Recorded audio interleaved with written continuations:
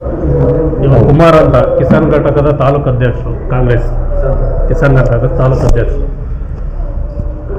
ಇವತ್ತೇನು ಭಾಳ ದೀರ್ಘವಾಗಿ ವೆಂಕಟೇಶಣ್ಣ ಮತ್ತು ನಂದೀಶಣ್ಣವರು ಹೇಳಿದರು. ನಾವು ಇವತ್ತೇನಪ್ಪ ಅಂದರೆ ನಿನ್ನೆ ಘಟನೆಯನ್ನು ನಿಜವಾಗ್ಲೂ ನಾವು ಖಂಡಿಸ್ತಾ ಇದ್ದೀನಿ. ಇಡೀ 224 ಕ್ಷೇತ್ರಗಳಲ್ಲಿ ಅತ್ಯಂತ ದುರಾಂಕಾರ ಅಂತ ML ಯಾರು ಇದ್ದರೆ ಅದು ನಮ್ಮ ಬೇಲೂರು ಶಾಸಕರಂತ ನಾವು ನೇರವಾಗಿ ಆರೋಪ ಮಾಡೋಕ್ಕೆ ಇಷ್ಟಪಡ್ತಾ ಇದ್ದೀನಿ. ಅವ್ರು ನಿನ್ನೆ ನಡ್ಕೊಂಡಂಥ ರೀತಿ, ಒಬ್ಬ KAS ಮಾಡಿರೋಂಥ ಒಬ್ಬ ತಾಲೂಕು ಶಿಕ್ಷಣಾಧಿಕಾರಿಗಳು ರಾಜೇಗೌಡರನ್ನ ಒಂದು ಕ್ರೀಡಾಂಗಣದಲ್ಲಿ ಅವ್ರನ್ನ ಹವ್ಯಾಚ ಪದಗಳಿಂದ ನಿಂದಿಸ್ತಾರಂದರೆ ಇವ್ರು ಎಷ್ಟರ ಮಟ್ಟಿಗೆ ಇವರು ಅಧಿಕಾರಿಗಳನ್ನ ಬಳಸ್ಕೊಂತಿರೋನ್ನೋದನ್ನ ನಮಗೆಲ್ಲರೂ ಈಗ ನಿನ್ನೆ ಎಲ್ಲ ಇಡೀ ಕರ್ನಾಟಕ ನೋಡಿದೆ. ಅದೇ ರೀತಿ ನಾವು MLA ಅವರು ತತ್ಕ್ಷಣವಾಗಿ ರಾಜೇಗೌಡರನ್ನ ಕ್ಷಮೆ ಹೆಚ್ಚಿಸ್ಬೇಕು ಅಂತ ನಾವು ಕೇಳ್ಕೊತಿದ್ದೀವಿ.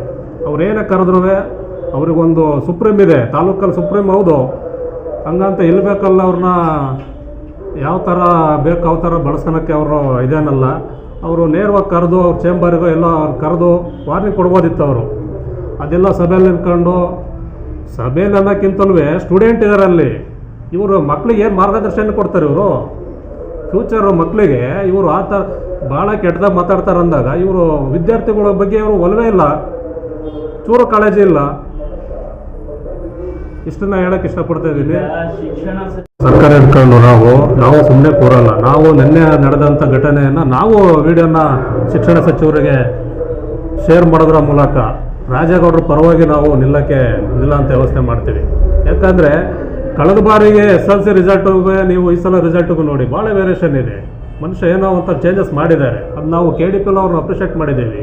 ಹಾಗಾಗ್ಬಿಟ್ಟು ನಾವು ಅಂಥ ಅಧಿಕಾರಿಗಳು ಬೇಕು. ಇವರೆಲ್ಲನೂ ಬರೀ ಬೈದು ಕಳಿಸಿ ಎಲ್ಲ ಬರೀ ಬ್ಯಾಡ್ದೆಲ್ಲ ಮಾತಾಡಿ ಕಳಿಸ್ಬಿಟ್ರೆ ಅಧಿಕಾರಿಗಳು ಕೆಲಸ ಮಾಡಾರೆ ಯಾರಿಲ್ಲಿ?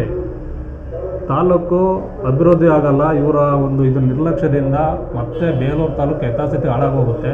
ದಯಮಾಡಿ ಮಾನ್ಯ ಶಾಸಕರೇ, ತಾವು ಇವತ್ತಿಗೆ ಇದನ್ನು ಬಿಡಬೇಕು, ಈ ಧೋರಣೆಯನ್ನು. ನಾವು ಮುಂದಿನ ದಿನಗಳಲ್ಲಿ ನಾವು ನಿಮ್ಮ ವಿರುದ್ಧ ಬೃಹತ್ ಹೋರಾಟ ಮಾಡಬೇಕಾಗುತ್ತೆ ಅಧಿಕಾರಿಗಳ ಪರವಾಗಿ. ದಯಮಾಡಿ ಇದನ್ನು ನಿಮಗೆ ಎಚ್ಚರಿಸ್ತಾ ಇದ್ದೀವಿ. ನೀವು ನಿಮ್ಮ ಒಂದು ನಡವಳಿಕೆಗಳನ್ನ ತಿದ್ಕೋಬೇಕು ಅಂತ ನಾನು ಈ ಸಂದರ್ಭದಲ್ಲಿ ಹೇಳೋಕ್ಕೆ ಇಷ್ಟಪಡ್ತೇನೆ.